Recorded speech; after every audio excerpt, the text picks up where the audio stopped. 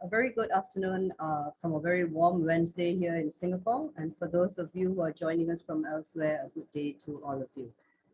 Thank you for joining us for our webinar today, Climate Change in Communities, a Human Security Perspective. I'm Dr. Tamara Nair, and I will be your moderator for this session. We have a great lineup of speakers, and I'm sure you're excited to hear from them. But before that, please allow me a few minutes to do a very brief introduction into our discussion today. Now, our aim today is to explore a human security framework that can change the playing field in addressing climate change issues or policies by looking at the security and stability of communities and populations or groups of people in a new climate future. Now, we aim to look beyond the dominant framing of climate change as an environmental problem by studying it as a critical human security issue. Here we ignore the idea of a solely technocratic fix and also aim to move beyond merely identifying vulnerabilities and risks by looking at vulnerabilities and risks to communities by looking at the causes of these vulnerabilities, which undoubtedly will be exaggerated in a new climate situation. We work on the premise here that by protecting vital freedoms of people and developing their capabilities will help them create secure, stable lives that are able to weather crisis better. Of course, we are not only interested in a localized community or a localized phenomena, but we also wish to examine a rethinking of international relations as a policy pathway towards dealing with climate change, which requires an examination or rather re-examination of a social contract undergirding sovereignty, perhaps even considering the moral and pragmatic purposes of international relations that extends beyond our state borders. Finally, our idea here this afternoon is to provide greater insights into vulnerabilities and to minimize climate-related insecurity, and of course, to assist in different types of knowledge production for effective policy making. And on that note, I'd like to just, before I introduce the speakers, just mention a few house rules. Please note that this webinar will be recorded. Your mics and your cameras have been switched off, and the chat and the raised hand functions have been disabled. So I please ask that you use the Q&A box for your questions and comments.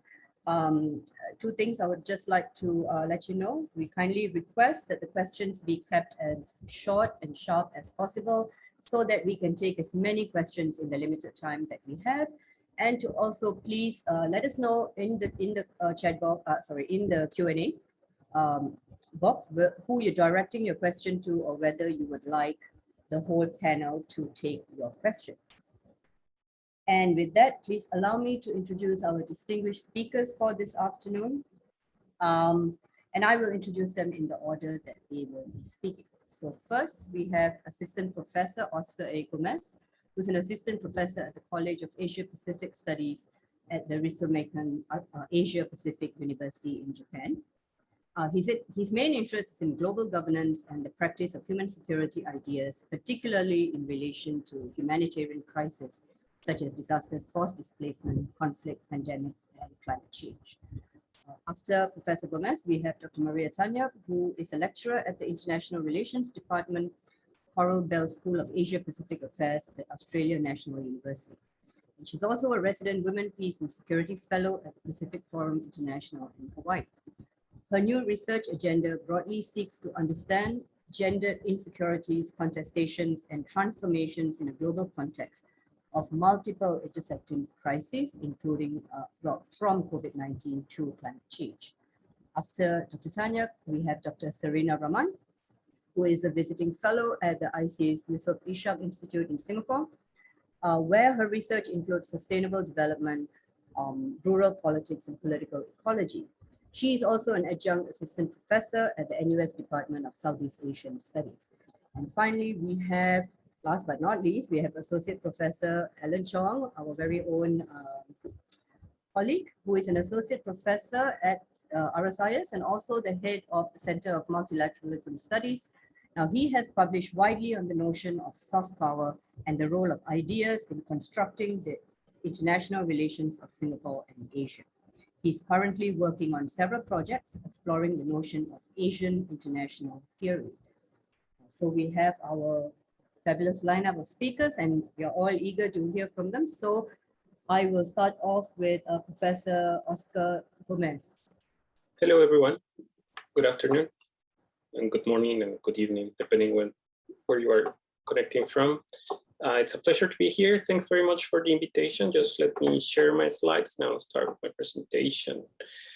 I was given the task to talk about understanding climate change through a human security perspective.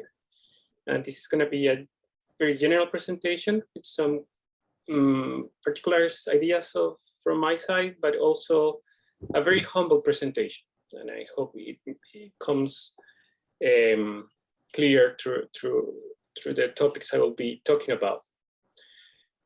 First, I want to give you a little bit of an historical background about research on climate change and human security, because, and this is the humble part, there's been a lot of research about human security and climate change, and it's very difficult to cover that and to have a single view of what is a perspective of, or what is an approach to climate change from a human security perspective. So I want to make that very clear from the beginning.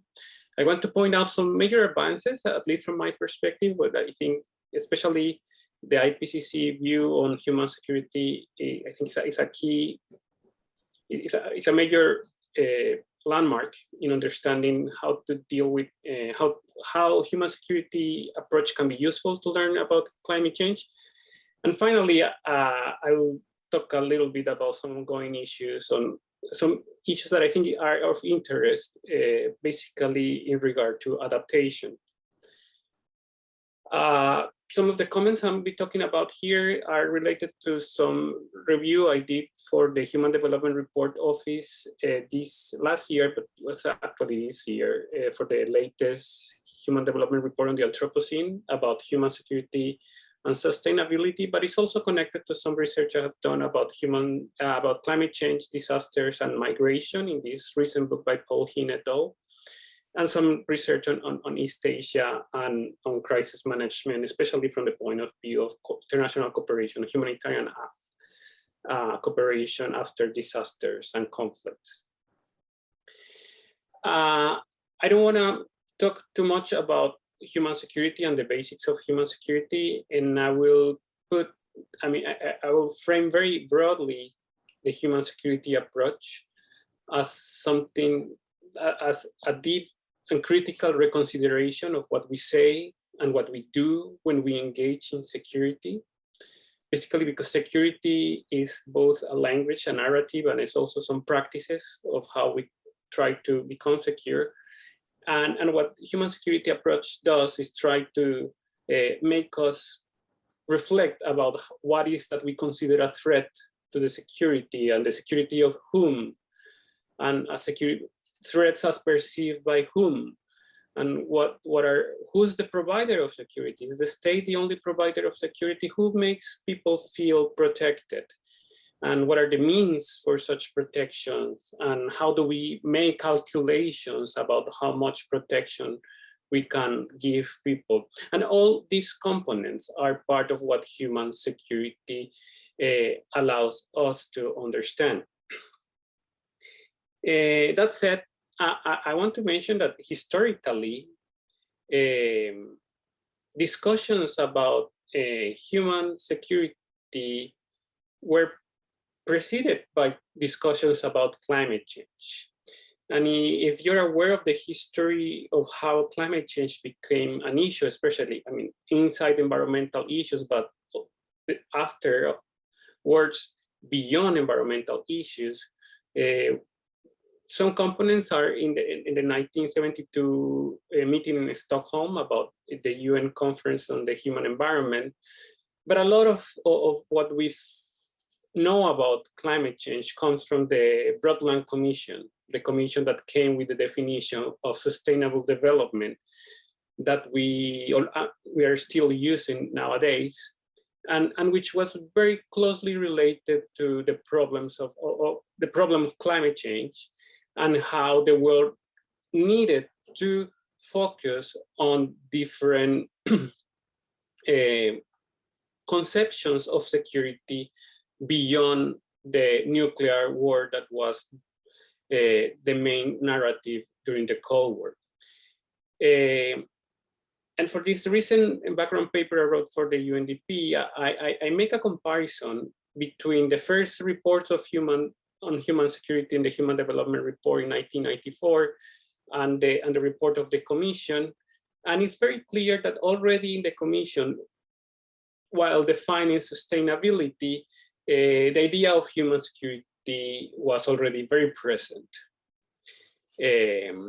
And in fact, Mahbub ul Haq, who has played a major role in the first drafting of human security ideas, will pick some of those and put it in terms of human security. So basically, the first message of my talk today is that to a good extent, what we know about human security comes from our experience facing climate change. I think the world first understood that climate change was very important, and then understood that we needed to care about things beyond nuclear weapons. And therefore, climate change, a lot of what we do from the point of view of human security is something we learn from caring about climate change. I also want to say that there is an important overlap between other concepts, and therefore I don't want to be overemphasized. I don't want to be seen overemphasizing the human security approach, because their sustainability, for example, of course, human development, but many other concepts, justice, for example, are very important to understand and to deal and to try to address different dimensions of climate change. But still, I think that human security approach from the point of view of trying to advance protection can be very useful in addressing some specific issues underlying climate change. So this is my first message today.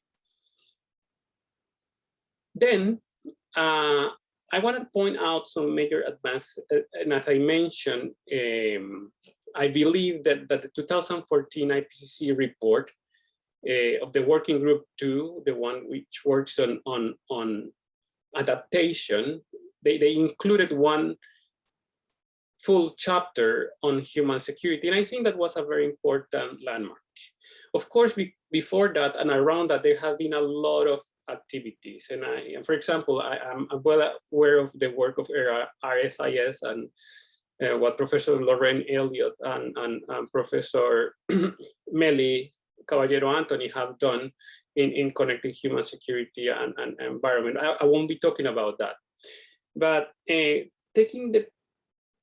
talking about the outcome of this IPCC report, it's important to keep in mind that there were two efforts that were long-standing, more than 10 years, trying to understand how human security related to climate change. And one was funded in Norway, and they were part of the IPCC Peace Nobel Prize, or they got some renown because of that.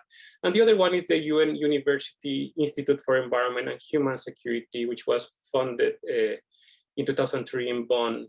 And since then, they have been talking about climate change. They have been less active about thinking about human security, but they still produce very interesting work about climate change and crisis situations. And the major outcome of these two projects is reflected in this IPCC report. And what the IPCC report told us in 2014 is basically that when we try to analyze climate change from a human security perspective, adaptation is probably the best place to focus, not necessarily mitigation. Mitigation is being taken care of by different concepts and different actors. And inside adaptation, they propose these four areas of interest. Livelihoods connected to food security, basically. Migration and mobility, which has been a topic that has received a lot of attention. The possibility of conflict, which also receives a lot of attention, but I'm most skeptical about this one. And the issue of cultural change, which has different phases, is somehow about to what extent climate change ideas can be actually understood in local communities, which is of interest for this project, and also how the knowledge of communities and the local becomes useful when we try to address climate change. So from what we know from this process of several decades until this report, I would like to summarize in these 4 points. We know that human security approach is particularly useful to understand adaptation to climate change. We know that there are some themes that are in which human security approach is useful. They miss in this graph disasters, and this is very strange story behind that I just can only speculate why is that they didn't include it, but I don't have time for that now. But disaster is also part of this. But I want to focus on the 2 last points of this IPCC report. They recognize the complexity of adaptation, the need of transdisciplinarity to understand adaptation. And they mention that many of the effects of climate change have dimensions that go beyond climate change. And human security is useful because of this, because it's complex and it's about many issues that some people in their daily lives will not connect to climate change. And finally, they warn against the harm that we could produce trying to address climate change. And this is very interesting because now we shouldn't be focusing only about the effects of climate change, but also on the people who's trying to do something about climate change and with doing that producing some harm. So finally, I would like to make a couple of observations about how to move next from a human security perspective in understanding adaptation. And then I think that the most interesting point here and departure is that humanity has been adapting to climate changes for as long as it has existed. And that this has resulted in a very great challenge for people working on adaptation. Why? Because when you come from the global talk about now adaptation is important, and you go to the local level, well, people already knew that there were disasters before climate change. And for all countries, food security was important before climate change. So you are not bringing anything new to the local. And there is an important disconnection in the global conversation about adaptation and what local communities actually have done forever about adaptation. Migration, people have moved all around the planet because of the changes of the climate. And therefore we have 2 big challenges. One, we have to think about how we are adapting to threats that we already know. And another is how we are going to adapt to threats that we don't have experienced before. On the one hand, what I was just describing, human security and trying to understand how people actually is being protected from the effects of climate change has to do with how is that we conciliate what people on the ground already did or were already doing, because all societies have disaster prevention measures and all societies have food security measures and they manage migration in different ways. For example, rural to urban migration has been an issue for more as a century, right? This has been happening all the time. And there is a lot of literature about it and people working on that. They didn't call it climate change. And therefore there is a need to conciliate and to understand to what extent we are really bringing something to the table and to what extent we have to leave it to the previous experts that were already working on this. And second, about threats that we have no experience before, for example, sea level rise. We have a big challenge here as well, trying to understand how is that communities actually react to unexpected threats. And this is a fascinating, a little bit abstract work, and I think it's a little bit difficult, but because it's difficult, I think it's very attractive. So how is that people actually identify and react to situations that they didn't expect before? So if we actually have sea level rise, who's going to react? Who's going to feel it? And how are they going to feel it? And therefore, how are we going to be able to do something about it? And how actually we generate knowledge about this, just like in Corona, in the COVID situation. And who is going to come up with a vaccine? Who is going to tell us how is that we should react in order to protect as much people as possible? And how the resources are going to be allocated when we have these unexpected threats. So wrapping up, historically, the human security analysis or approach is promising, but it's one among many. So don't overemphasize human security. Human security is particularly useful in thinking about adaptation, both to climate change effects, but also to the policies that may be causing harm in practice. And finally, adaptation includes challenges, empowering existing practices against threats that were existing even before climate change, and also trying to make us more ready for the unknown. And we don't know it's going to happen after climate change materializes. That's all from me. Thanks very much. Can we have Dr. Maria Tanyak up next, please? Dr. Tanyak, you have the floor. Thank you very much. First, a big, my great appreciation to RSIS for convening this important forum, my esteemed co-panelists, and to everyone for making time to join us today. I am zooming in from Canberra over here at the Australian National University, where the land has been traditionally owned and cared for by the Ngunnawal peoples. I pay my respect and gratitude to them as a Filipino migrant where in this land that I'm being cared for as well.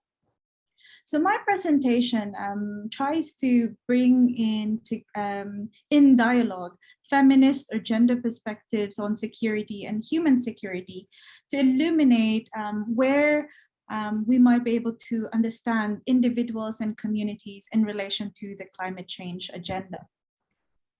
My presentation is structured as well, the same way as Oscar has done, in three main sections. The first is I map the shared fortunes of gender and human security approaches in terms of emerging from that critical security perspective from international relations. And again, map out how both gender and human security approaches have indeed made substantive contributions to global agendas, not just in the climate change agenda. I then move on to talk about how, despite these established contributions in global agendas, we are actually, I argue, seeing ways in which the radical potential of gender and human security perspectives are actually being reduced to background noise through key implementation moves at global, regional, and local levels. And then finally, I actually want to raise more questions in thinking about where gender and human security perspectives are actually diverging. And here I put on my feminist hat more firmly in that, saying that while both perspectives have emerged from that broader critical school or critical perspective in international relations, I argue that feminist or gender perspectives have been more responsive to some of the more critical insights that we are learning now as we face some of the already multiple and intersecting crises that are part of the climate change consequences that we are trying to deal with. So, sorry. So starting with the first point on shared fortunes, as I mentioned, feminist gender perspectives and human security both emerge from that critical branch in international relations. And they've been quite radical set of perspectives in the sense that they've changed and shifted the referent and subject of security from the state and markets to individuals and communities. It has also raised to the fore core contributions on theorizing and empirically demonstrating how transboundary issues comprise existential security threats for everyone. They have also made strong analytical connections with all areas of human life. So again, linking issues around health, environment, food security, and all these components that make for what renders a life that is lived in dignity and in abundance. And since the 1990s, when it was first articulated in key UN Development Program reports, as Oscar has mentioned, norms and language relating to human security have been incorporated in all areas of global governance, including on climate change. Indeed, if we look at the most recent IPCC report, the report uses human security in key specific areas. It has used and referred to human security explicitly in relation to climate-related risks, along with health, livelihoods, food security, water supply, and economic growth. It has also specifically defined human security as freedom and capacity to live with dignity. It has appeared in relation to another concept, which again looks at how human security is being framed in relation to other concepts within the climate change agenda. Interestingly, human security is defined as part of disaster risk management, such that human security, well-being, quality of life, and sustainable development are framed as the end goal of disaster risk management. In the same vein, since the 1980s and all through the new millennium, gender perspectives have been established as a mainstay of global agendas. We've seen this from the Convention on the Elimination of All Forms of Discrimination Against Women, to the Beijing Platform for Action, and most recently to the Women, Peace and Security Agenda. Here we see that, again, gender equality is being framed as integral to the climate change agenda. If we look at the most recent IPCC report, there have been numerous references on gender as well, but they tend to be clustered together with human security. And I'll talk a bit about that later on because they have real implications for how we are actually seeing these perspectives translate into practice.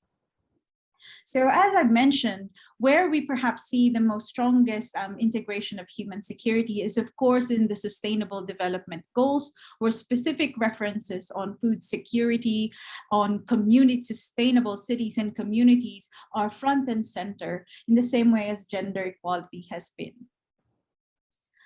In the Women, Peace and Security Agenda, we see the importance of individuals and women as core agents of peace and security. And so we cannot stress more strongly how much this has been the product of strong and sustained activism and scholarship from globally, but also from the Asia Pacific. But here is where I start being more critical, in that having recognized that we have come a long way into integrating gender and human security perspectives in the global agendas, I argue that this radical potential, which was so empowering and optimistic in the 1990s, has actually been reduced to background noise now and at present. And I identified two main aspects of how these radical perspectives are being reduced to background noise, primarily through the way in which climate change as an issue has been scientized and securitized. Gender and human security are actually regarded more as perspectives that are only relevant for understanding the consequences or impacts of climate change and not for unpacking its root causes. Where science has been reserved as the final arbiter, it tended to be on these sort of scientific explanation for why we are here facing a climate crisis. And so what we have is therefore a gap between these radical perspectives and the practice of climate governance, and that both have had very limited impacts on changing the course of climate inaction so far. Delving more deeply on how this is actually happening, we can look perhaps at the production of the scientific expertise built into the climate change agenda. Focusing again on the IPCC, we find that scientific expertise is being made the final arbiter of global climate policy making. And we know this even in COVID, where people are saying in the midst of disinformation, we just have to believe the science, or that this has to be evidence-based policy making. But it's not as clear-cut and as simple as that. When we look at the IPCC, for instance, the IPCC remains a very male-dominated body. Since the 1990s, the composition of authorship of the IPCC reports has had a very low progress, from 5% women in 1990s to 20% now. And that has implications for what we think about as the knowledge producers or the knowers of what counts as climate change. And we know that scientists and let alone other fields of expertise are still very much segregated at these high levels of decision making. When we look at the politics, we also know that women leaders in global negotiations, such as in the UNFCCC processes, have increased slowly over time, and that the rate at which we are seeing gender parity will not be achieved until 2068. 2068 is too late for us to actually take seriously the perspectives and the diverse perspectives that can inform a more robust and more comprehensive understanding of the science and the politics surrounding climate change. So again, delving into this whole background noise and the potential of actually gender and human security perspectives to be more alarm bells, where they can signal where these climate crises factors and processes and dynamics are occurring, I argue that we need to take these perspectives more seriously and actually troubleshoot the ways in which they are being reduced to background noise. First is that we know that both feminist and human security perspectives are holistic approaches. They shift our attention away from the spectacular and the immediate towards the more everyday, the more under the radar, and the more mundane aspects of security. They help broaden our lenses through which to view what counts as problems and solutions to climate change, because historically, these perspectives and their proponents, both scholars and activists, have challenged accepted and mainstream knowledge. More specifically on feminist perspectives, we know that the literature on women's participation and leadership have shown us the capacity to identify barriers to participation and leadership, both from the view from the above at global and national levels of power, as well as the view from below, where women's participation, often discounted or often rendered invisible, is actually where a lot of these contributions are being felt at the community, village level, at the home, and all these forms of labor that are often seen as just acts of love or service, but indeed are actually sources of expertise and sources of important insights to map where different types of hazards and conflicts are intersecting. And then finally, and this is where I start by quoting Audre Lorde, when she once argued that there is no such thing as a single issue struggle, because we do not live single issue lives. Learning from feminist movements, especially from the Asia Pacific, women's activists from the region have always articulated that crises are interlinked. Development, food, security from their own governments, these are all interrelated. And so when we look and take seriously these perspectives, we start already responding to what scientists have only started realizing now. And this is, again, building on what Oscar has mentioned. Locals know how multiple crises are intersecting based on their everyday lives. But if we look at the most recent IPCC reports, they are saying that the fullest and harshest impact of climate change is all these multiple hazards happening at the same time. I'm joining you from Australia, where just at the beginning of 2020, we came out of bushfires and hails, and on top of that, a pandemic. The IPCC reports are telling us that these are going to be the new normal. We are multiply charged with crises on multiple fronts. But again, feminist activism have already told us that we need to think about these issues and security risks in interlinked ways. As I promised, I would end by saying that I put on my feminist hat more firmly, because while I agree that both feminist and human security perspectives are critical in that they have contributions to more radical contributions to bear to the climate change agenda, I think they are diverging in key ways. First, I believe feminist or gender perspectives, particularly old eco-feminist texts, have a lot to say in terms of broadening and responding to the criticism that climate change is anthropocentric, right? And that human security, by virtue of its definition, re-embeds and circumscribes our terms of discussion with human lives at the center. Whereas when we look at climate change, we emphasize more the entanglements and interdependence of human and non-human lives. I also want to ask and learn from the audience and the panelists, because this is something that I am still learning from. Human security by itself, I think, does not really provide alternative to universalizing Western-centric agendas and alternatives that transform the rules of the game. To more constructively engage with cultures and markers of difference.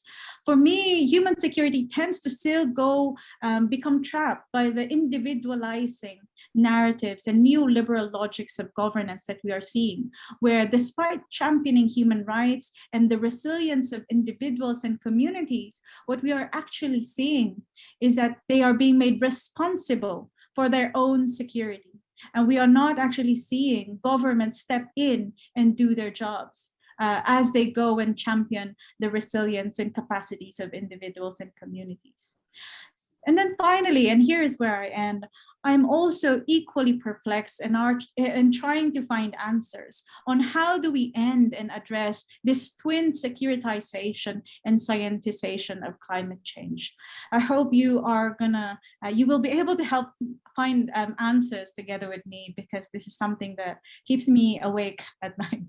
But on that note, I'd like to thank you all and end here, and look forward to our question time. Thank you. Thank you so much, Dr. Tanya. We hope that the Q&A can help end your sleepless nights. Then we'll ask some questions and get some answers. Before we move to the next speaker, can I just invite those of you who have questions to start putting them in the Q&A. And we are ready to take your questions, although they will be addressed at the end after all our speakers.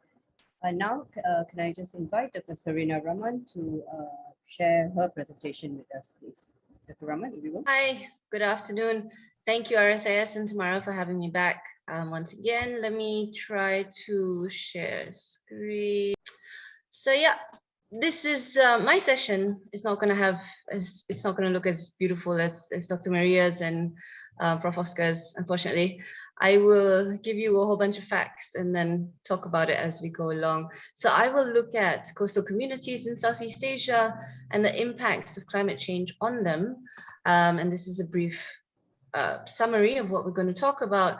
Essentially, I think what I'd like to do at the end of this session is to make climate change more human. We're talking about human security.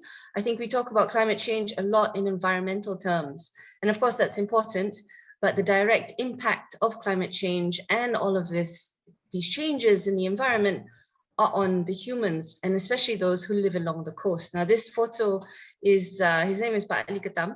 He is a fisherman in the southwest of Johor. And here he is trying to catch crabs. And I sat in another boat watching him. And what you see, the green stuff in his net is actually algae. So with climate change, we have increased temperatures in the water, and he had lots and lots of algae. And this is something that's happening along the coast. So this photo is just to give you one grounded illustration of what the realities are out at sea and along Southeast Asia's coastlines. In the end, Pak Ali came back, I think, with 7 crabs, not 7 kilos, not 700 grams, but 7 crabs. And so this was a very bad season. We are seeing the physical manifestation of climate change in our waters, and that's just in Malaysia. So this is a quick summary of the climate change environmental impacts along the coast of Southeast Asia. And of course, all of this affects the coastal communities.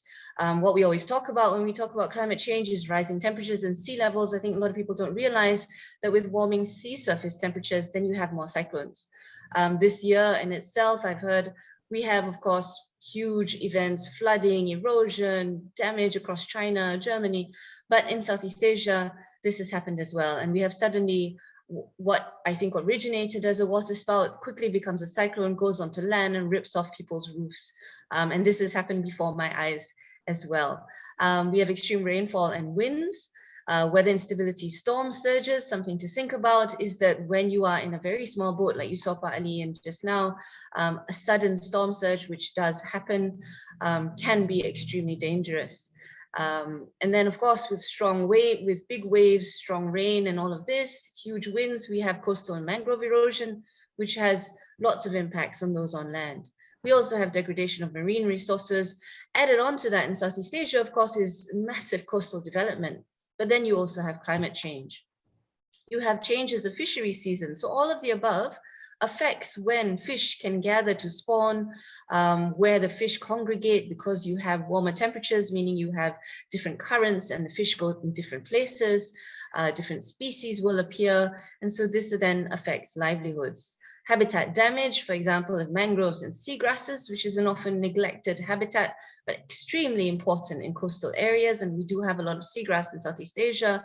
This directly affects marine biodiversity and reproduction, which then affects coastal community livelihoods, which then affects everybody else's seafood availability. Saltwater intrusion into coastal agricultural lands is also something very important to take note of. So it's not just coastal communities, the first thing you think about is fishing. We also have a lot of coastal communities who use agricultural lands nearby, near the coast, for subsistence farming or for alternative incomes, given decreasing livelihood earnings. And these get damaged with sea level rise.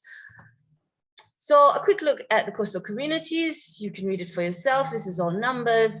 But the thing to note is that in a 2005 survey by ADB, they found that 79% of Southeast Asia's population was living within 200 kilometers of the coast.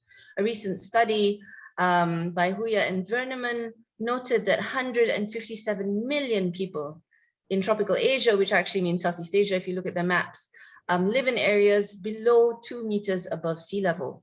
These are the people who will be the most affected by sea level rise. If you are aware of the Coral Triangle, this is in Southeast Asia, a very important source of coral spawn, fish biodiversity. 1/3 of their inhabitants, 120 million people, these are huge numbers, depend directly on the sea for income, livelihoods, and food security. All of these people are at risk of climate change. And this is just climate change at current numbers. So we're not taking into account population rise.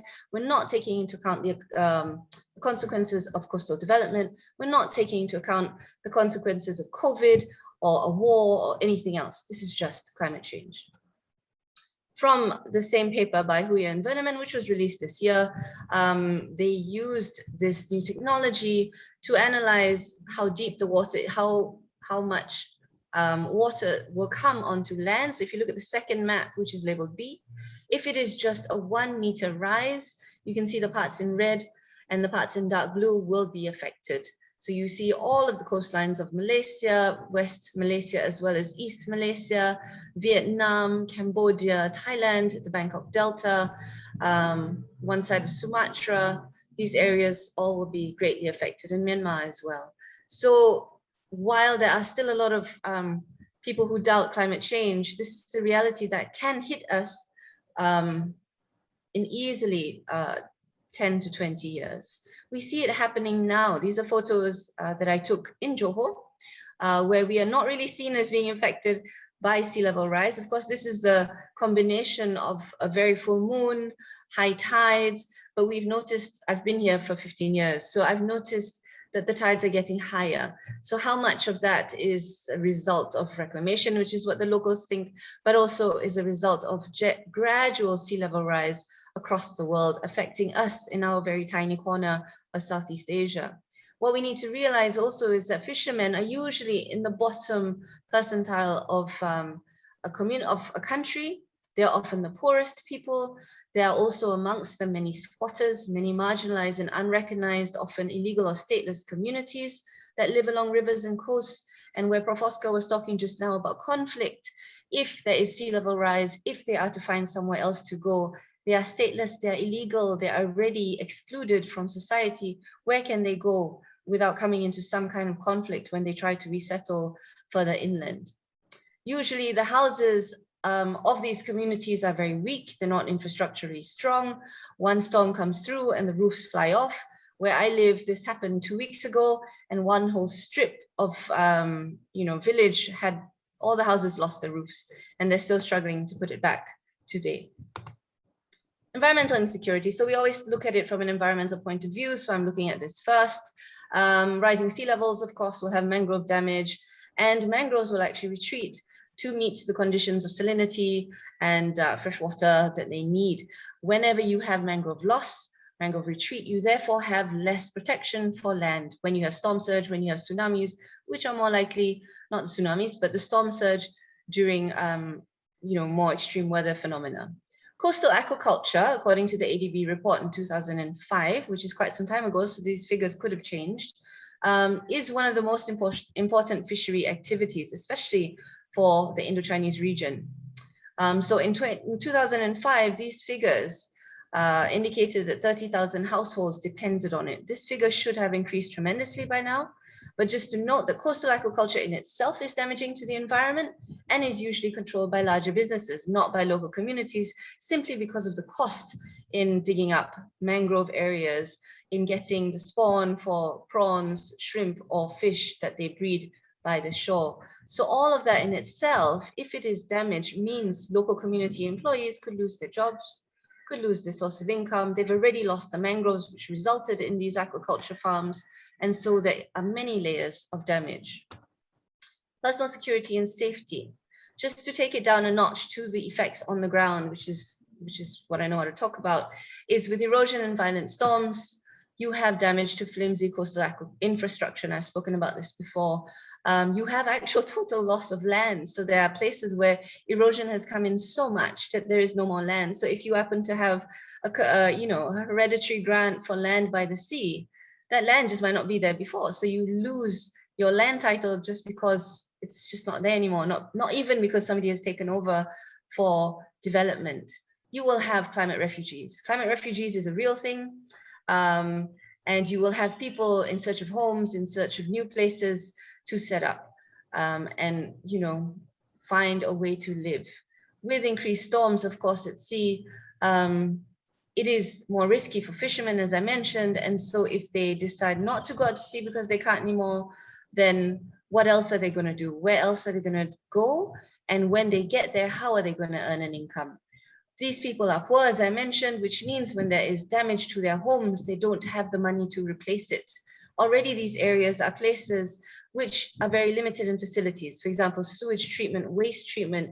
And when you have damage, this affects the grey water and the sewage treatment. So not only do you get saltwater intrusion into agricultural lands, but you also get sewage and saltwater intrusion into water tables. And then you have an issue with water sources, freshwater sources for drinking and for food. With increased difficulty of earning income, and I'm sure this is something that Dr. Maria and Tamara are very familiar with, there is an increased strain on families. Usually when the men are unable to bring home food because of traditional livelihoods, whether it's farming or fishing, the women will mobilize in some way to make sure their families are fed. They will never be acknowledged because these are patriarchal societies, and there is increased tension. Whenever there is increased tension, there tends to be increased domestic violence, and we never know what happens behind closed doors. There will be a breakup of traditional family structures, and this then has a social impact on people because younger adults will move away to find work, perhaps to the cities, to other areas which are far from the coast. This can then lead to societies which are mainly older people who are still dependent on traditional livelihoods, but have no way to put food on the table. So many, many layers of impacts on humans that we need to look at when we talk about climate change. Threats to food security and traditional livelihoods, everybody's mentioned this. Specific to coastal communities, rising temperatures leads to reduction in fish catch. When you have rising temperatures, you have coral bleaching. Damaged coral means poorer biodiversity. When you have changes in extreme weather, this affects crops and farm production. Usually fishing communities also grow crops for subsistence reasons. And so if they do have on the side, if they are lucky enough to have land, and farm production is something that gives them a substantial income, then there is supply and quality instability of their crops and harvests. Food shortages are enhanced by population increases, which is something I mentioned we don't actually take into account. Already poor people will have their poverty enhanced because of climate-induced difficulties. And on top of that, when you don't have cash livelihoods, when you don't have cash incomes, they are not able to buy things that cannot be caught or harvested. Coastal communities maybe can grow food, can grow harvest, they can catch a harvest, but they cannot buy milk powder, they cannot buy medicine, they cannot pay for school needs. And this is where they begin to suffer. This then, of course, affects the children. How are they going to go to school if their parents don't have the means to pay for it or whatever they need, the supplies that they need to go to school? It is always a quick solution for governments to say fishermen should just find a new way of living. Fishing is an outdated livelihood. These are traditions that should be left behind. But this is really not feasible or practical on the ground. Fishermen struggle to adapt to new livelihoods. Even if we ask them to move to aquaculture, this is not something that the skills are not the same as going out to catch fish. Fishing heritage is pride. There is huge pride in the work that they do. This is their culture. This is their entire life. They don't know anything else. You cannot just pluck a fisherman from the sea and tell him, nah, I give you a pond, go and breed fish. It doesn't work that way. They do not have the capital to do this. If they set up seaborne farms, which is like they put up structures and the fish are in the sea, then they are at huge risk of coastal pollution events with increased temperatures and increased nutrients to the water. We have red tide events. And then if they've put all their money into buying spawn and setting up this fish farm, everything goes in the blink of an eye. They do not have the means to do this. But for many, eventually the cost of going out to sea, which means the cost of nets, repairing nets, buying petrol, repairing boats, repairing engines, all of this could be higher than the income that they earn. As I mentioned earlier, fishing is heritage. You lose intangible heritage. You lose history. You lose generational knowledge of climate change. You lose a crop of people who have seen, who understand the changes that they see before them. If you force them to go into another occupation, all of that knowledge is lost. If we have no more younger fishermen, they have nobody to pass that on to. We lose a whole lot, not just humans, but knowledge, history, and heritage. Economic security. This one usually governments, businesses will talk about because it affects them directly in the pocket. There's a recent study by Greenpeace, which outlines some of the costs to the bigger cities in Southeast Asia. And in blue and bold are the amounts of money that is at risk by 2030 as a result of sea level rise. So along our coastlines in Southeast Asia is not just rural communities, but also very dense urban cities. Bangkok, Jakarta, and Manila are just 3. So if you look at the expanse of area that is impacted and how many people are at risk and the amount of GDP that is at risk, and if you look at Bangkok, it's 96% of Bangkok's total GDP. This should make policymakers sit up and do something concrete and feasible if they can. So what are the solutions? My talks are always very depressing, so I try to end on some kind of offering of a solution. And so, of course, the very basic, this is, my bottom line, we need to respect and acknowledge fishermen and coastal communities' understanding of climate change, of the experiential, generational knowledge of the changes that they see at sea and on their shorelines, and incorporate that into science. Respect that knowledge, give them something in return for it, but work with the local communities to find the environmental, the scientific solutions to climate change. Do not feel that just because they don't have PhDs or higher education, that they don't know anything. They are there every day, they see the changes, they understand the changes. This is invaluable knowledge that needs to be incorporated into the policies that we make. We need to facilitate the learning of alternative skills and capacity building, but we need to ask the communities what they want. This is something I think I wrote further down. What we offer, the programs that we do for them needs to incorporate their wants and needs and aspirations. It is not something for a policymaker far away in an air-conditioned building in the middle of a government center to decide what coastal communities need. Your world and your life is very far removed from the realities on the ground. So we need their input and we need to provide them with what they want. So they need to be involved in adaptation planning, in mitigation planning. Somehow their information and input must be incorporated. We need to enhance the access to credit, going back to the economics, because this is something that they don't have. If they are supposed to start up new businesses, if they're supposed to go into new ventures, they have no cash. Cash is very hard to come by amongst these communities. They need to be able to access microcredit on very positive terms for them and not clobber them with huge interest rates that they will not be able to pay back. We need to develop, I mentioned already, adaptation strategies in line with what they want, reduce costs through renewable energy transitions. And some of the problems in coastal communities is that, the cost of coal, the cost of petrol, the cost of having a generator to light up your home, to pump water for you, this is expensive. So renewable energy is a solution, but it is not always possible, and renewable energy in itself also has issues, but this is something that we can look at. Indochina, land-based Southeast Asia is already looking into this. Vietnam, is looking at solar. Thailand is looking at wind. So these are possible options to reduce costs. We need to ensure genuine, sustainable, and inclusive coastal development. We need to look at coastal protection as holistic protection. So right now, a lot of the coastal conservation preservation work, scientific studies are done in silos. We look at mangroves, we look at coral reefs, we look at seagrass, we look at rivers. We need to look at it as a complete seascape, a complete estuary, a complete watershed from mountains to the sea. And if we don't protect it from the top to the bottom, there's no way that we can protect these people and mitigate the effects of climate change. And so my last offering and solution, I say with a question mark, what we really need is good governance, effective, practical climate change policies with no corruption. And I put a question mark because in Southeast Asia, sometimes this is our biggest problem. Malaysia, for example, is a great example. And, we need policymakers, we need politicians who actually are really concerned about coastal communities and the impacts of climate change, not just on climate change effects on business, but on the people who are there, who are on the front lines to the rising sea levels and the disasters that are happening under our feet. And that's all. Thank you very much. So much, Serena. It's not so depressing as it is realistic. It's really what's happening. Thank you.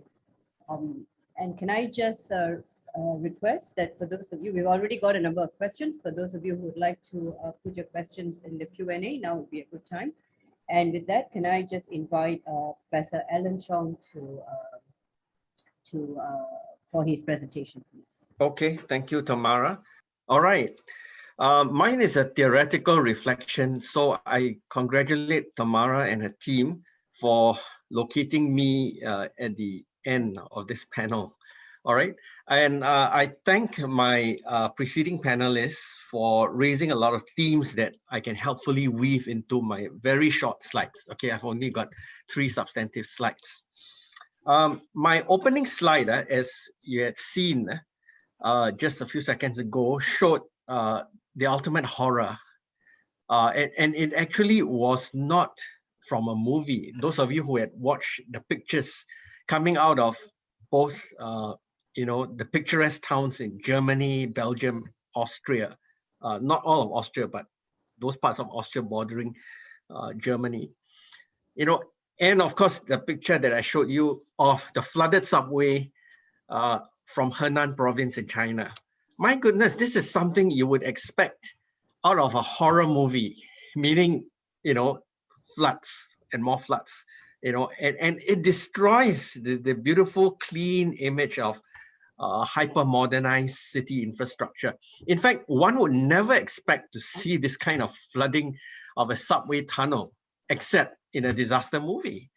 And to think that it actually happened, and of course, this is not the worst picture. There was an even scarier one, where the commuters in the train obviously had stopped because of the rising flood waters, were hanging on to the handrails with the waters up to their chests. That's even more frightening. Okay, so against this backdrop, next slide, please. I pose this question, which again, forces every one of us who come to this topic of climate change from the discipline of international relations. How should we rethink it? Okay, I've got more questions than answers here. If you've looked at the literature surveys done by international relations scholars on environmentalism and how IR theory as we know it and as we teach it does not connect, you realize that a lot of these attempts took place in the late 90s. Again, they're few and far in between. And then the last batch basically took place about a decade or 2 decades ago, which is a long time. All right. So I think Tamara has actually nicely issued me this challenge to think about it now. Now, I flag out these things that would lead into my subsequent arguments in the last 2 slides. There's this everyday quality of disaster.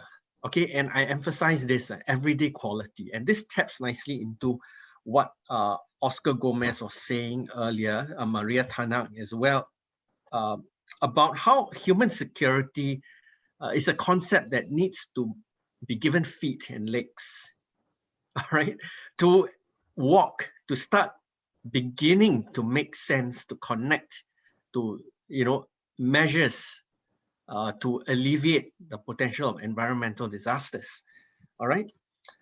This everyday quality means that, yes, we might say that, these disasters about flooding, about earthquakes, about unseasonal temperatures, these happen in faraway places where no big cities exist, and it's something that's mediated through your television set or through your, your favorite social media channel. So it can't happen to us. But if you looked at that subway picture that I showed you just a short while ago, now it happens to us, all right? And even in so-called safe, secure Singapore, leaving aside the horrors of COVID-19 over the past year and a half, the idea of flooding has come to roost, all right? If Singaporeans once thought that their neighborhood shops, their neighborhood schools, their MRT stations were all fairly hardened against freak weather conditions.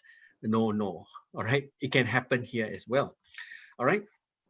Now, this everyday quality of disaster has translated into a very different question, which, people in these so-called highly urbanized societies ask, all right? And this is, I think, a nice contrast with Dr. Serena Abdullah's closing 2 slides, just before me.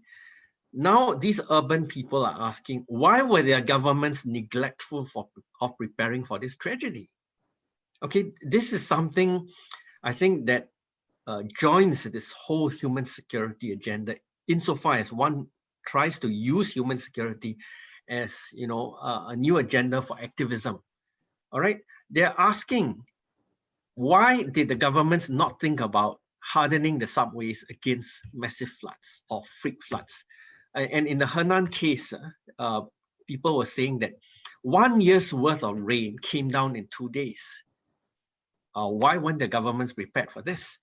All right, so I think this is an opening of a new kind of theoretical conversation which we should have, and which I'm glad Maria Tanya nicely flagged out. You know, there's this gap between scientism and securitization. All right, so climate change, I think, should gradually be reanalyzed as potentially the biggest and most immediate national security threat. And to do so, I'm suggesting in my brief spiel here that we should reevaluate sovereignty and the insulation of the domestic and foreign spheres. Of course, you can say that, oh, you know, other scholars in international relations like Mark Lacey and Ronnie Lipschutz have mentioned this. But again, you realize that the problem about this initial spurt of research associated with the names I've just mentioned is that they tended to approach climate change very clinically as the change in norms in international relations, or the building of regimes and how they've fallen short of what regime theory has predicted. So in other words, they've tried to normalize climate change in this early research in IR as, you know, perhaps nothing different from, say, human rights issues, control of oil pollution, prevention of oil pollution, prevention of maritime accidents on the high seas, you know, things like that. But as we've witnessed, even before the event of COVID-19, that climate change can actually upend everything. All right. So if you had experienced this deluge in Germany, in Austria, in Belgium, and, you know, in Henan province, I don't think it's a laughing matter. It's not a distant disaster that happens only to, you know, distant places and distant peoples. All right, next slide, please. So I suggest that part of the rethinking of international relations should refocus on the social contract within this broad paradigm of sovereignty. All right, states have long been assumed, all right, according to what all of us teach our undergraduates and graduate students, that the ideal of possessing clearly demarcated political border containing an identifiable population that's mostly acquiesced to that border, and both border and population are in turn ruled by government, that means sovereignty exists. Okay, now how should this change?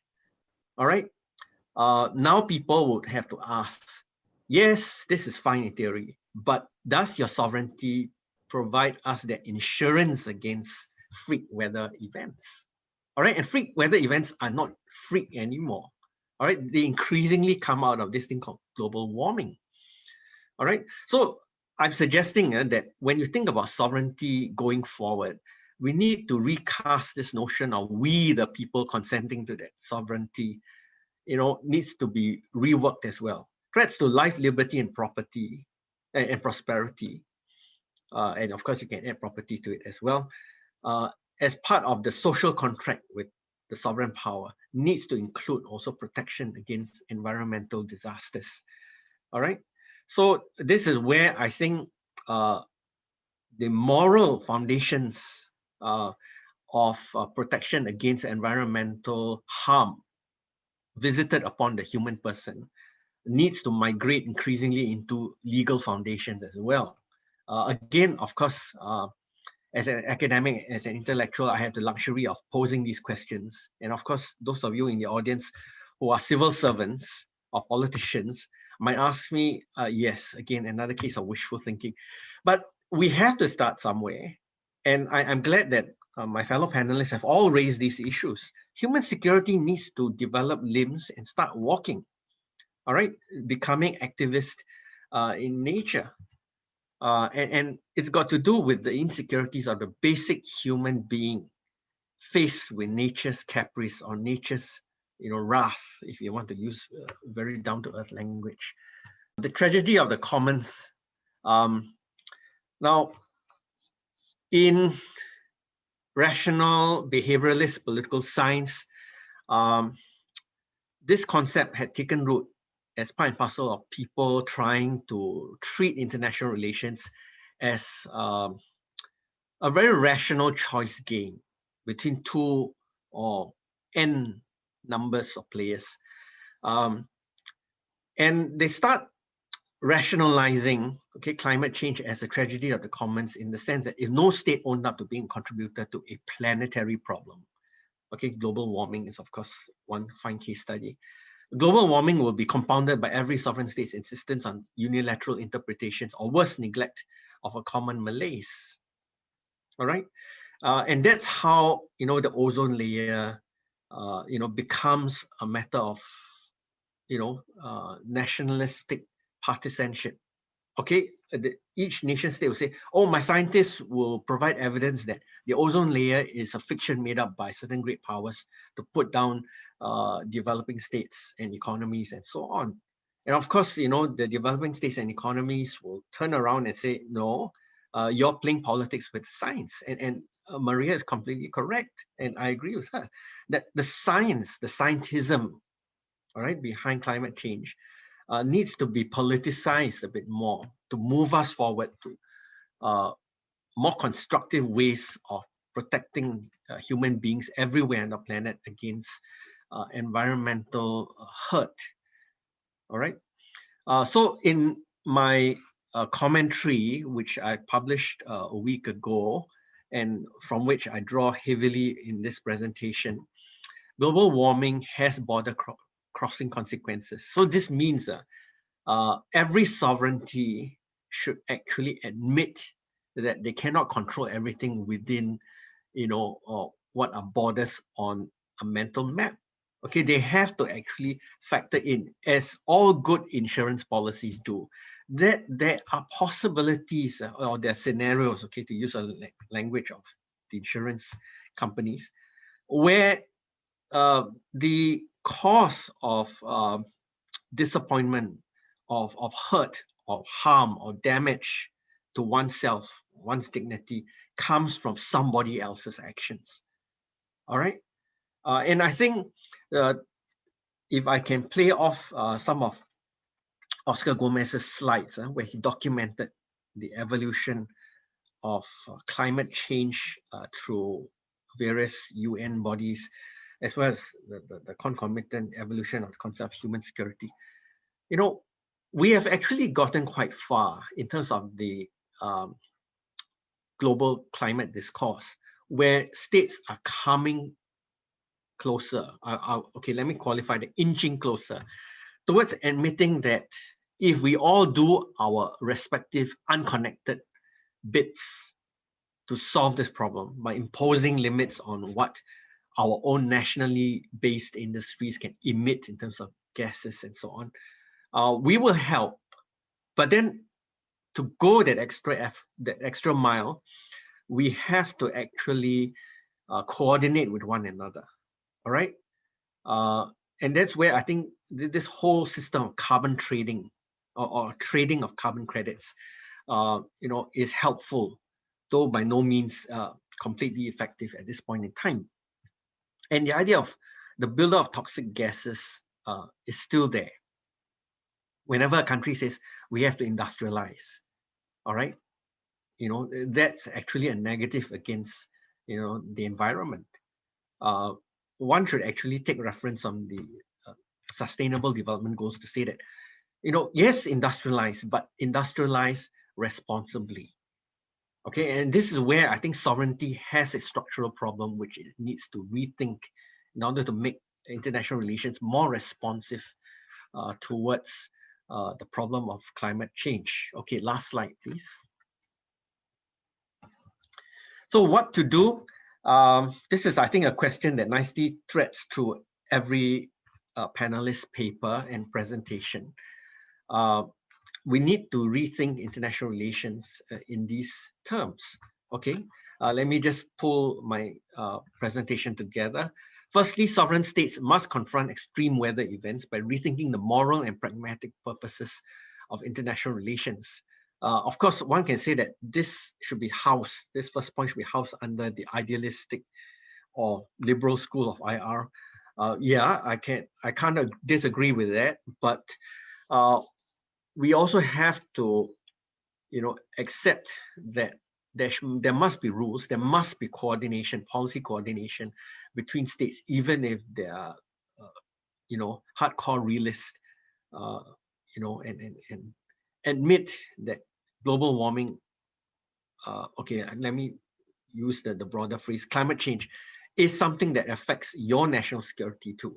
So you need, okay, alongside all your traditional parochial national security considerations, add on this idea that climate change will affect everybody. Okay, the subway being flooded in Henan province, that tells you that no one is safe anymore. All right. Secondly, I think we should build climate-induced human security into national security definitions. And this is where I do not reject all the earlier attempts by international relations scholars to try to explore climate change as a frontier for IR. Okay, except that here is where I connect with what Oscar and Maria, and you know, if you can put a theoretical take on Serena Abdullah's presentation, you know, we have to use critical lens to bring in the role of the ordinary human being into making human security walk and talk as an agenda. And citizens have to increasingly ask the governments this tough question. Why have you not hardened our subway, our taken for granted modern transportation and middle-class conveniences against extreme weather? All right, we need to make this, you know, the agenda. Once citizens who have bought into the old social contract that has not taken climate change into consideration ask these tough questions, I think you will see governments becoming more responsive globally and so on. And finally, I think we also need to start, you know, whether it's the IPCC or the UN or any number of bodies that remotely deal with climate change. And perhaps I should also ask this question of Dr. Abdullah.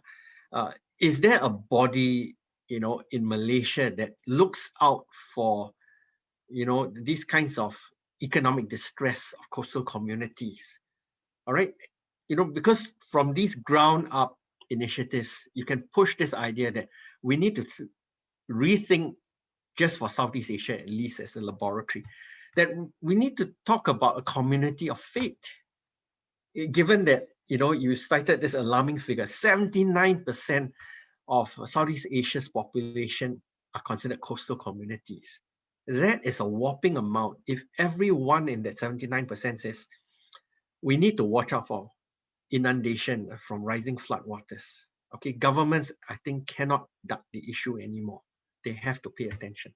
On that note, I end there. Thank you. Now we're going to take questions. And for the first round, I'll give each one of you a question directly addressed to you. So we will, I'll just read out the questions. So Oscar, the first one is for you. You briefly mentioned that disasters should also be included into the broader human security narrative, but usually it isn't. Could you expand on that?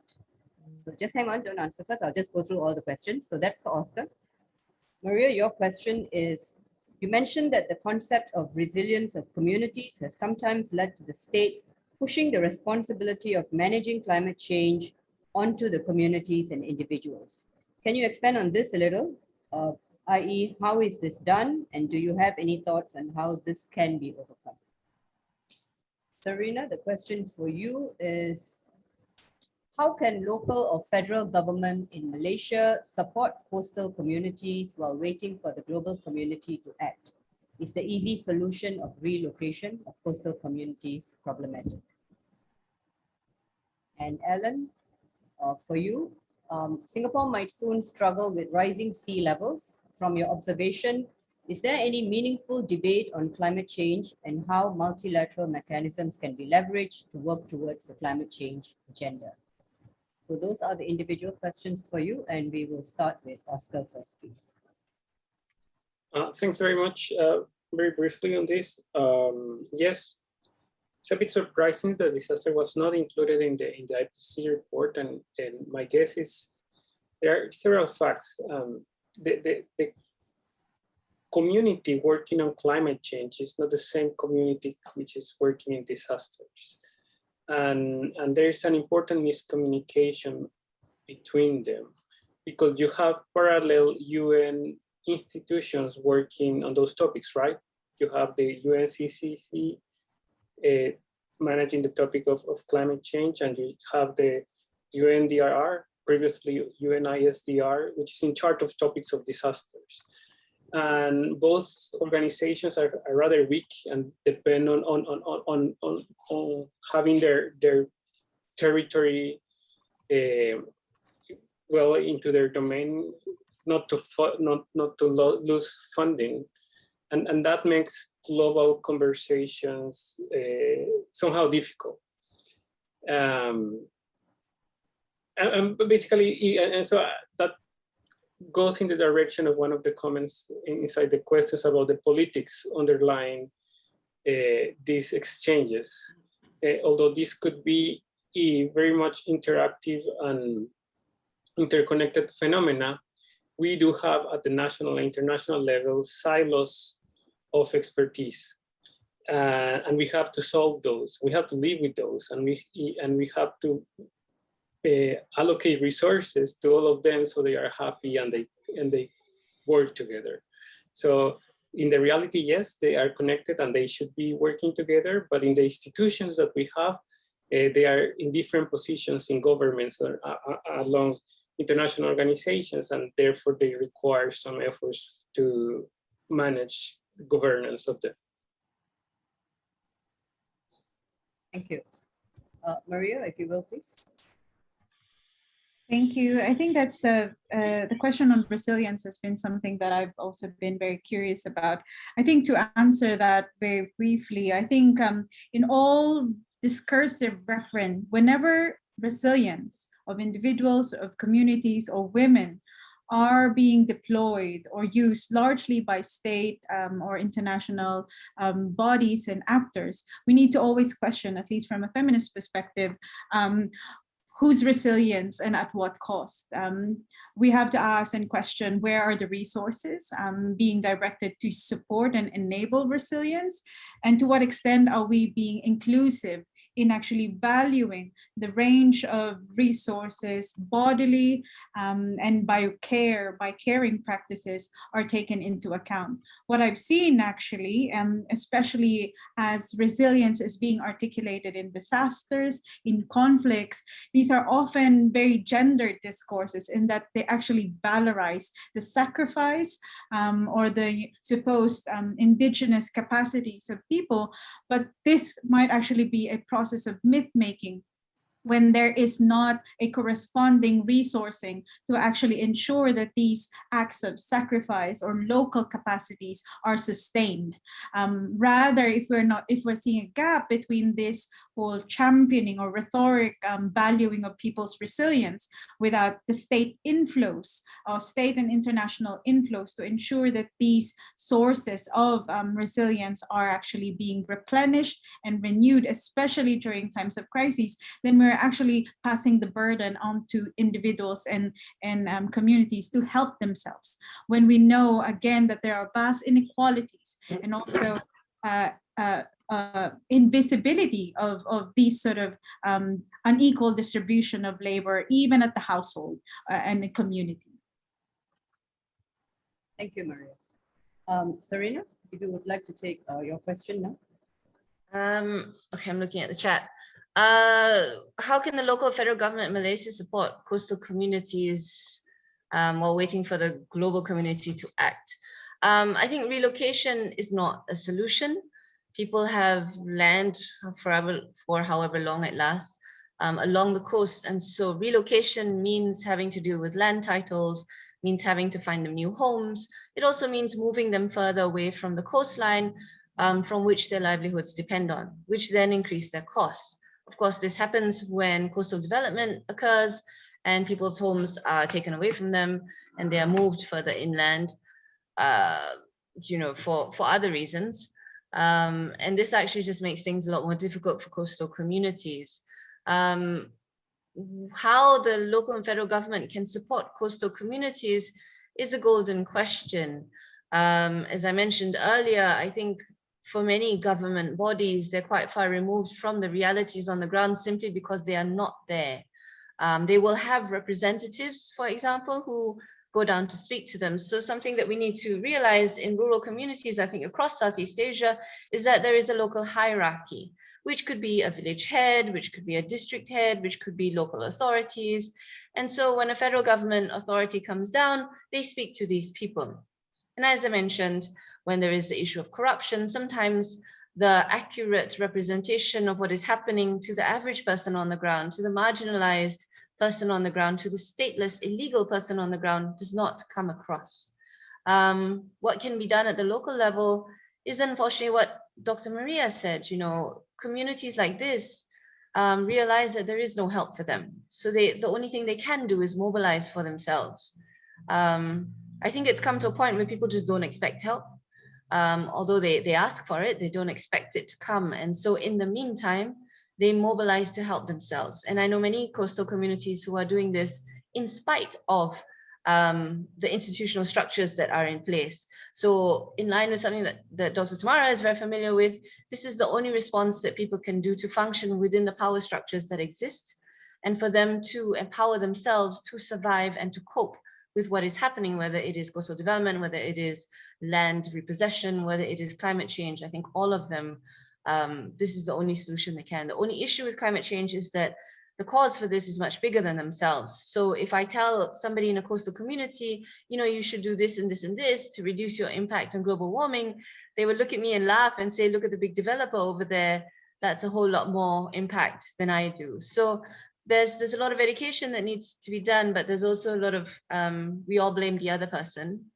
And that then comes in line with what Prof. Chong was saying, that, you know, this has to be a community of faith. This has to be a complete community solution. We cannot say that Thailand needs to take care of its area and Vietnam and Malaysia will take care of its own. Climate change, the causes for it crosses borders. The solution also has to cross borders, but it has to be, when you look at international action, it has to go down to the very, very last person in the very most far-flung corner of these coastlines to help them, and not just be a bunch of policy talk at the top that has no impact on the bottom. Thank you, Serena. Ellen, would you like to take your question? Okay, mine is a Singapore-centered question. Yes, Fred posed the right question in the sense that what can Singapore, a small state, do? Obviously, Singapore has to depend on the global movement towards adherence to the Kyoto Protocols, for instance, of 1997, as well as, you know, the original Kyoto Agreement of 1997 and the Protocol of 2006. And on top of that, Singapore can actually offer itself as a laboratory in terms of reducing emissions. For instance, in 2020, I believe they've met the target of reducing 16% of so-called emissions gauged against business as usual. Again, you can say that this is not a watertight measure, but if they can force industries to reduce emissions just by 16%, that's already an achievement.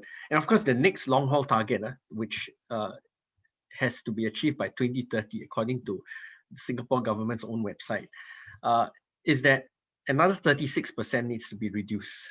Okay, and those of us who have lived in Singapore for a while would realize that the government is actually imposing some productive pain, if I can put it that way, in terms of hurting people's wallets and potentially their hobbies.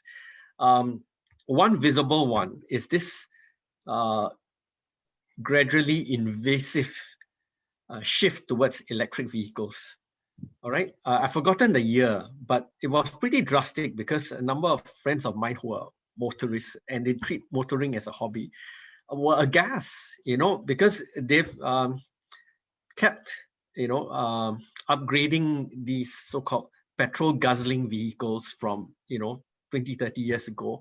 And then for the government to say, look, by a certain year, I'm going to terminate the availability of petrol guzzling vehicles on the roads. So that is going to help climate change, because when you have electrical vehicles, you're going to cut a lot of emissions dramatically. And increasingly also, you also realize that the Singapore government, under the umbrella of pursuing food security, they're encouraging the conversion of disused multi-story car park levels. Okay, usually it's a top floor where people don't want to park there. Why? Because it's exposed to the elements, to be converted into permanent vegetable and fruit growing areas. So again, all this helps climate change in a small, compact city state. And I think in this modest way, Singapore can showcase itself as a potential laboratory to the rest of the world. And I think that's as far as we can do.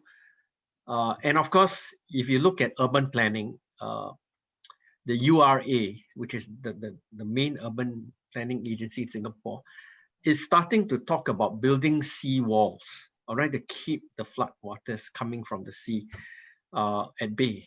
All right, and I think most buildings now who have had their so-called building plans approved would have to build in some kind of flood protection.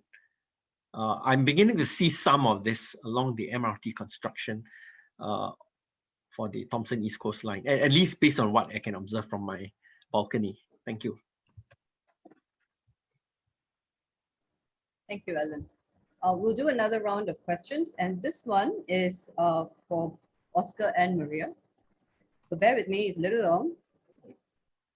So Oscar, you referenced complexity, and Maria, you referenced scientization in human security. Has science been used to hide the politics of human security? Now, much of what we see since the 1990s can be identified as a political libertarian project to strip away the power of the state and dissipate power out of sight and mind through an evolutionary narrative. How much does this debate feature in human security discourse? And actually, the whole panel can take this. And where do the panel sit in this debate? Let's start with Oscar and Maria first. So the first one, I would say, would be, has science been used to hide the politics of human security? Oscar, can we start with you, please? Thanks very much. I have no easy answer for this, but before that, I forgot to mention that I enjoy very much the presentations of my colleagues in the panelists, and it's a shame that I have no opportunity to talk about their presentations. And I agree on a lot of their points, but I also disagree on some of them. And for example, this is going to be one, so I also am looking forward to hear the answer of Maria. Because on the one hand, we have to keep in mind that the IPCC itself is one of the most interesting experiments about putting politics into a global issue. Because as you know, the IPCC reports have to pass through the diplomats. And if the diplomats do not approve them, then you cannot publish them. And so I don't think that science has been able to deal with politics, at least as far as climate change goes at the global level. And I think that scientists have done their best to try to do that, and they have failed. And you have all these scandals of oil companies trying to sabotage what scientists are doing in order not to show that climate change is a reality. So to be honest, I still don't see, I still see the problem on the other side. We don't have enough science. And we don't have enough citizen science, because I think that's a wrong mistake. I mean, I don't, for example, the two experiences I introduced included a lot of anthropologists, a lot of sociologists. It was very transdisciplinary, and these are experts that have a strong connection with the field, and try to bring those voices into some different scenarios in which probably it's not easy to have direct communication. And of course, we need to have more spaces for communication, but I do believe that we have the opposite. Science have been able to get rid of the politics, and the scientists are still losing the fight, and we are still losing to fake news and to alternative realities. And I think that's going to be against us. So I don't see the problem in science at this stage, at least. Maria? Great. I think I'll try and sideline the question, also respond to Oscar, because this is something that is very interesting. I don't think actually we're disagreeing. So for me, how I've conceptualized this is the twin securitization and scientization. And you're right, there has been, especially at this level, the clashing between politics, the securitization of it, whereby states still get to define the terms of the engagement, and particularly climate inaction. And that's why when we look at UNFCCC processes, these global negotiations or corporations have reserved access to these negotiations, whereas civil societies and people do not, right? But then when we look at the diversity of these global negotiations, we know that it's dominated by the global north, and we know that it's largely male dominated. But on the other hand, when we do look at when the credibility or the expertise being marshaled on climate change, it has largely been narrowed down, I argue, on the physical and natural sciences. And you are right, there's been a great progress in terms of the expertise that are being brought to the fore. But when we look at how the report and how the analysis is being done, we are force-fitting critical analysis on gender within a very rigid definition of the causes of climate change. We have not gone far enough, for example, to look at an emerging research by feminist scholars. The climate change denialism has largely been associated with white men in the global north, or that the causes or the carbon footprints are actually again concentrated on particular cool dudes from the global north.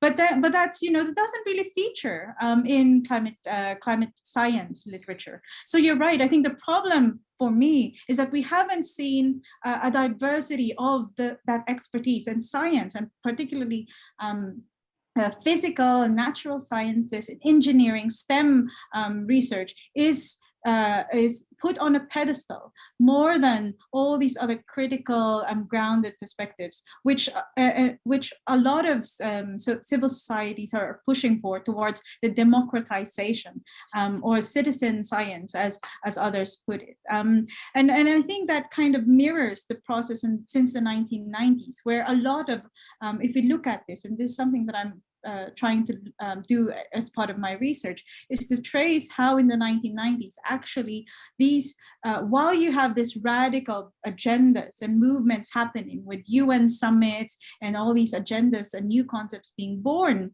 you also saw the solidification of male dominated bodies of expertise in the sciences, in economics, as well as in religion.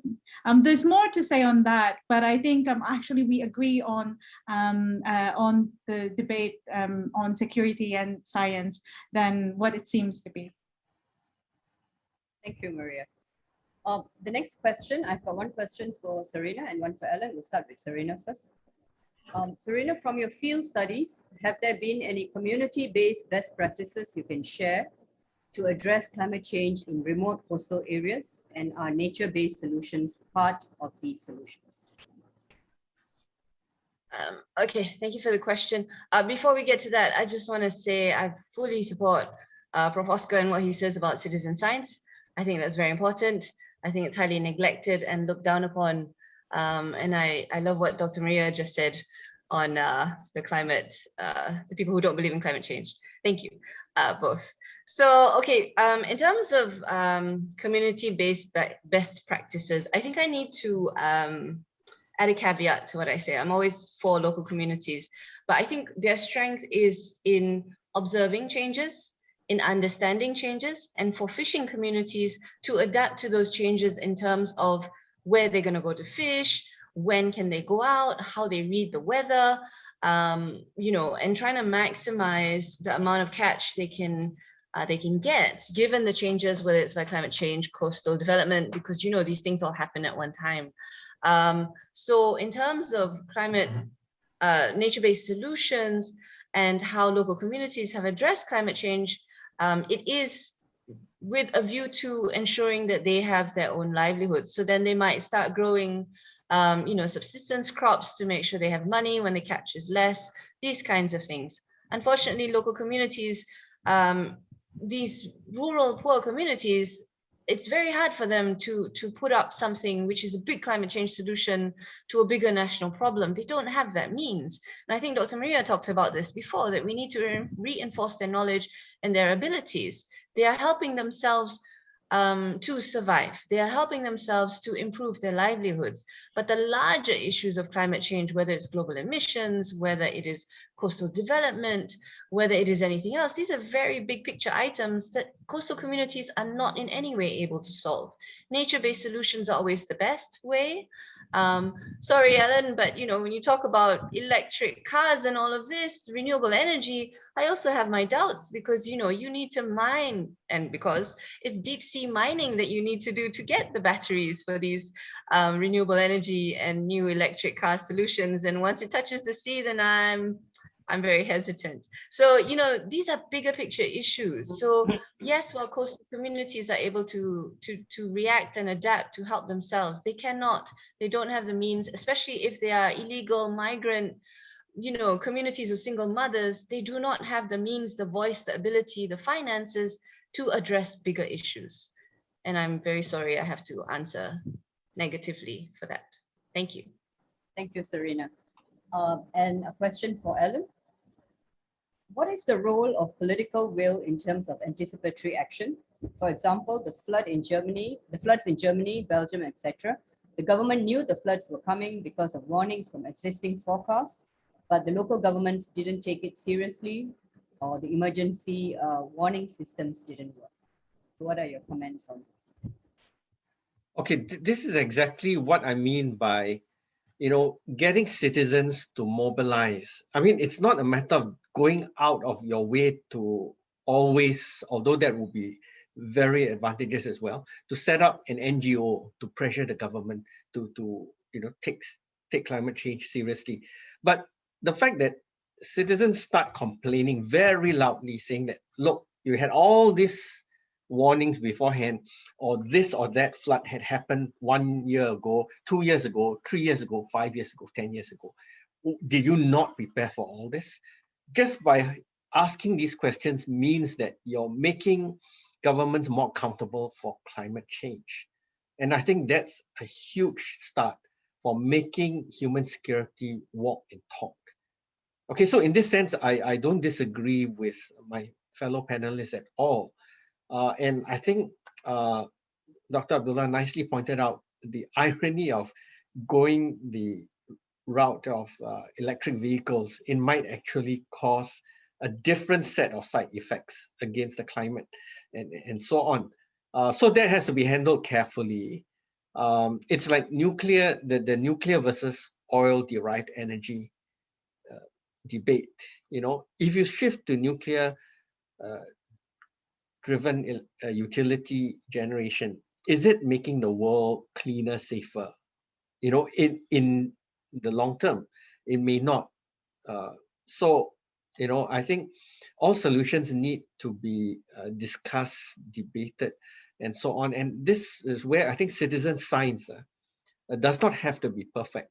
The point is, if I can draw from the insights of civil society activism and civil society theorizing, you need to politicize science from the level of the citizenry. You see, and only then will the governments respond. It's a bit like COVID-19 now, although technically COVID-19 should not be the focus of our, the focus of our discussion. When people circulate fake news, it's actually an invitation for dialogue. Okay, I'm not saying that everyone should go out and circulate fake news, but it's a way of forcing governments to be accountable. Those of us who have experienced lockdowns would have all these questions on our minds. Is the lockdown necessary, or is the severity of the current lockdown necessary to combat the latest outbreak, and so on? By asking these things, you're making governments sit up and pay attention and explain themselves. Okay, the same thing with the floods in Germany, Belgium, etc. By asking these tough questions, you're making the governments respond in a more focused and targeted way for the next, environmental calamity. And I think environmental calamities, unlike, what people in strategic studies say about we're always planning to refight the last battle, which could be a fallacy in itself.